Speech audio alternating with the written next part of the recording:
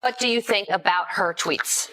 This is the left 101. When it doesn't go my way, it's racist, and any black man or woman involved in the process who didn't agree with them, obviously they're irrelevant. So that was the diss. Just go wham, just complain. I mean, that's what children do. They never can accept a decision.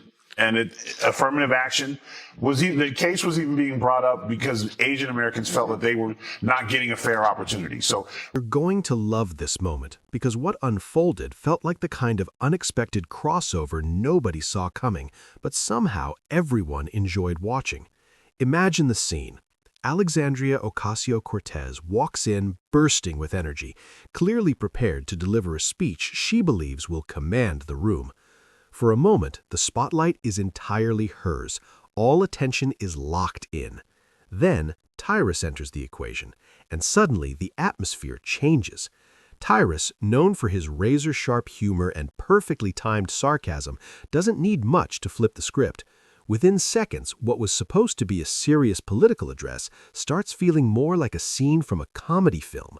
The tension loosens, the mood shifts, and the moment transforms into something no one expected. Don't have anything to talk about in terms of merit. You just blame it on rich white people. And it's been a cushion that's been allowed in this country for a long time. And now as you see more of that's the new pillow. My pillow's got nothing on the new pillow of blame rich white people because you can rest your head on it in any argument. Bring any argument up with me. Anything. Ask me any question. How are the Knicks doing this year? Well, why am I supposed to know that? I'm not a rich white person. Before we go further, if you're enjoying this breakdown, make sure you subscribe. It helps the channel more than you might think. Politics loves dramatic moments, the kind where someone steps forward, raises their voice, and convinces supporters that history is unfolding right before their eyes. And few politicians lean into that theatrical style more than Alexandria Ocasio-Cortez. She doesn't simply show up somewhere, she arrives with intensity. Every appearance feels like it's meant to become a headline. Even a small discussion can quickly turn into a passionate address about the future of the country. For her, every moment carries the weight of something historic. Affected or are completely out of touch of everything. This is a big country. Some people, regardless of high inflation, are still going to fly to go. It has nothing to do with lower class Americans who are struggling to pay bills or people just make their decisions. It's just they're so out of touch. And they worry about other things, the wrong things like pardons and perceptions and how they're looked at. Instead of like just shutting up, step out of your little bubble, maybe close the safe spaces, walk out on this crunchy green stuff called grass, and get involved in the world. And nearly everything she says is delivered with deep emotion, as if disaster could be right around the corner. Her words carry urgency. Her pauses are carefully stretched, building suspense as though the world is waiting for the next line. But this time, things didn't unfold the way she expected. The spotlight slowly began drifting away from her performance and towards someone else in the room. No, of course they didn't read the decision. And again, these are all successful men and women of color who all have educations, who are sitting on top of the mountain calling foul. Like, this is just the par for the course. It is just, what is the narrative? Oh, that's the way we're going with it? But it was nice to see white men get a break. You know what? Because you've had a rough year. They started blaming some stuff on white women. So you guys get a little bit of the... That someone was Tyrus. Once the attention shifted in his direction, it stayed there. Tyrus has a rare talent. He can cut straight through political seriousness without shouting, arguing, or giving a long lecture. He doesn't rely on dramatic speeches. Instead, he waits. A pause, a glance, one perfectly timed line. And when that line lands, it lands hard. This and we have fan mail, and I just can't listen to those Nate Silvers and these Saliza people just bites into this glorious show. AOC. What? She's kind of fun in a silly but earnest, wrong but adorable way. She's like your daughter when she comes back from her first year at Brown, full of half-baked, half opinions, in need of some gentle, patient deprogramming. But people have to realize new faces doesn't mean... What made the moment even more surprising was that AOC seemed completely unaware of what was coming. Seasoned politicians usually recognize when someone with a sharp sense of humor is nearby. It's often wise to ease up before the sarcasm starts flying. But she kept pushing forward with confidence. Her tone suggested the conclusion had already been decided in her favor. Statistics appeared, pauses were carefully timed, and that familiar expression seemed to say the argument is already settled. Every gesture looked rehearsed, every sentence fit into a dramatic narrative, looming crises, widening inequality, powerful forces blocking progress. The speech framed the moment like a turning point in history, and as always, she positioned herself at the center of that story, the determined figure standing against massive threats. If you listened closely, it almost felt like dramatic music could start playing in the background. Alexandria Ocasio-Cortez, she responded to this ruling on Twitter as well. She says, if the Supreme Court was serious about their ridiculous color blindness claims, they would have abolished legacy admissions, aka affirmative action for the privileged. 70% of Harvard's legacy applicants are white. SCOTUS didn't touch that, which would have impacted them and their patrons. Does she have a point there? She used the word ludicrous. That was cool. That was new. But again, it's the same argument. No matter what you're doing, that it's all white people's fault, and it's just such a great talking point, to the point where it's just literally if it was a dime. She lifted her hand with the confidence of someone convinced destiny was on her side. But the room told a different story. The applause was polite, not passionate, respectful but restrained. There were no thunderous cheers or waves of excitement, just light clapping from people being courteous. Still, she looked around the room as if she had just received a standing ovation. What she didn't realize was this: when a performance becomes too dramatic, it creates an opening for disruption, and that's exactly the territory where Tyrus thrives. He doesn't need thick folders full of data or lengthy arguments. His weapon of choice is much simpler and much faster. Perfectly timed humor.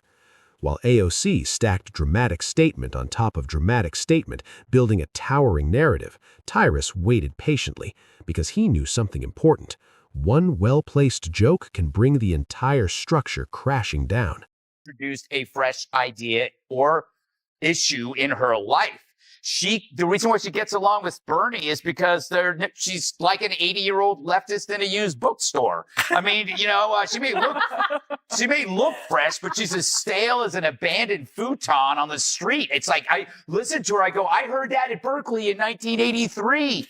So their problem is, and the reason why they don't have any... The irony here is that AOC's political style depends heavily on control.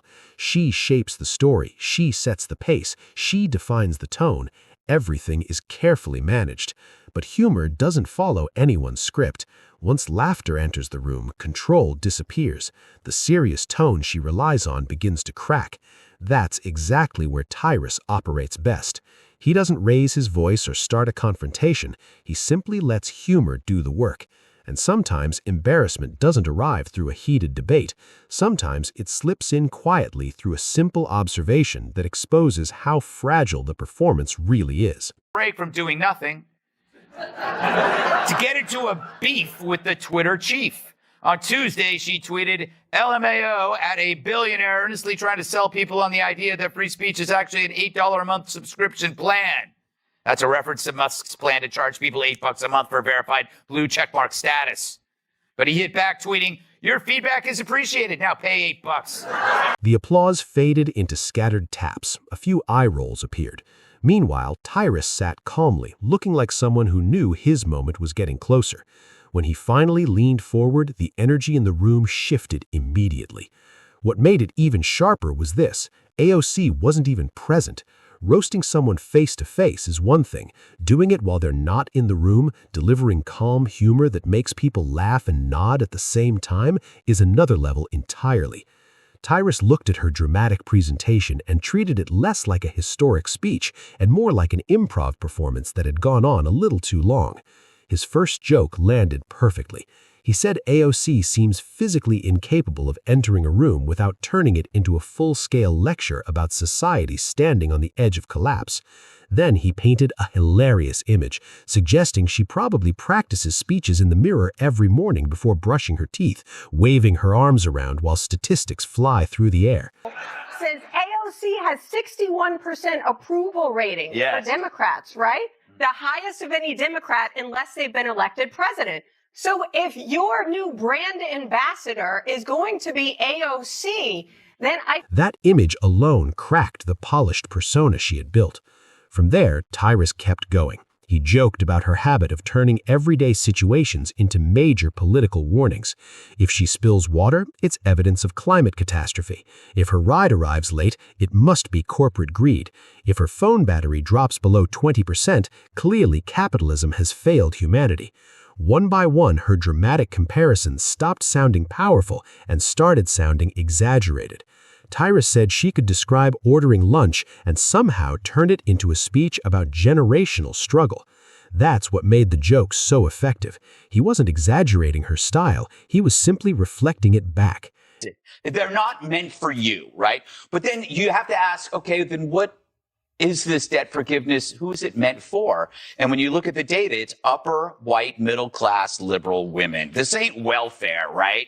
These are well-to-do people. It's a bribe for Democrats on the backs of plumbers, truckers, and everyone else who actually does a real job, unlike me.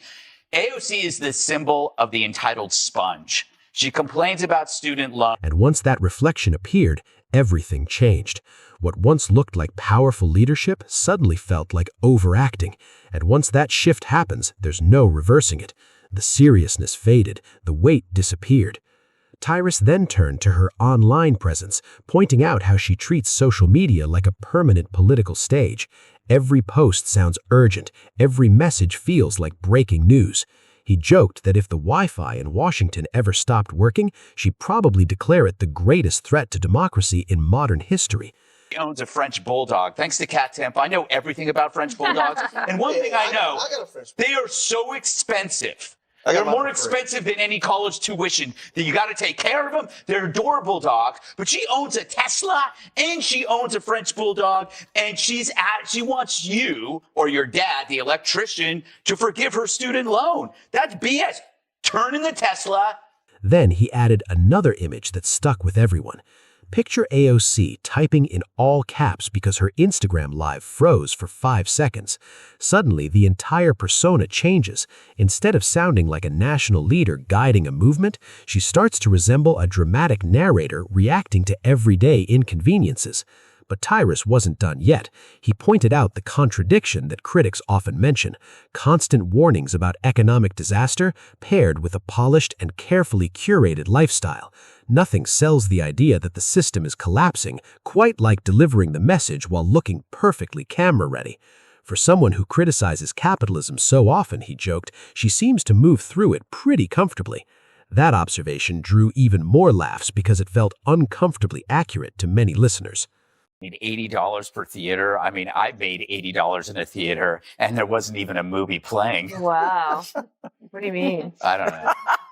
You know, it's no surprise. Who would go see a movie that's the opposite of entertaining? There's nothing entertaining about that. Michael Moore's colonoscopy is more entertaining than that because there's probably more twists. But it does show you how great it is to be a progressive in a liberal biased culture. She really doesn't do her job, right? She makes movies, she goes to galas, she sits for glossy butt-kissing interviews in GQ. Then came the final line, the one that sealed the moment. Tyrus said listening to her speeches sometimes feels like sitting in a college lecture where the professor lost the syllabus weeks ago but keeps talking anyway. You're not sure when the lesson started, you don't know where it's going, but somehow you're still expected to take notes like everything makes perfect sense. Because AOC wasn't there to respond, every joke lingered longer in the room. Tyrus didn't need charts, statistics, or heated arguments. Timing alone was enough to flip the entire atmosphere. By the time he finished, the polished image she had carefully constructed felt different. What once seemed untouchable now felt oddly fragile. And the most devastating part wasn't yelling or confrontation, the quiet shift in perception. Confidence turned into performance. Authority started to look theatrical. Conviction felt exaggerated. And once an audience begins to see things that way, it's almost impossible to reverse. Sometimes the sharpest takedowns don't explode loudly. They land softly and stay there.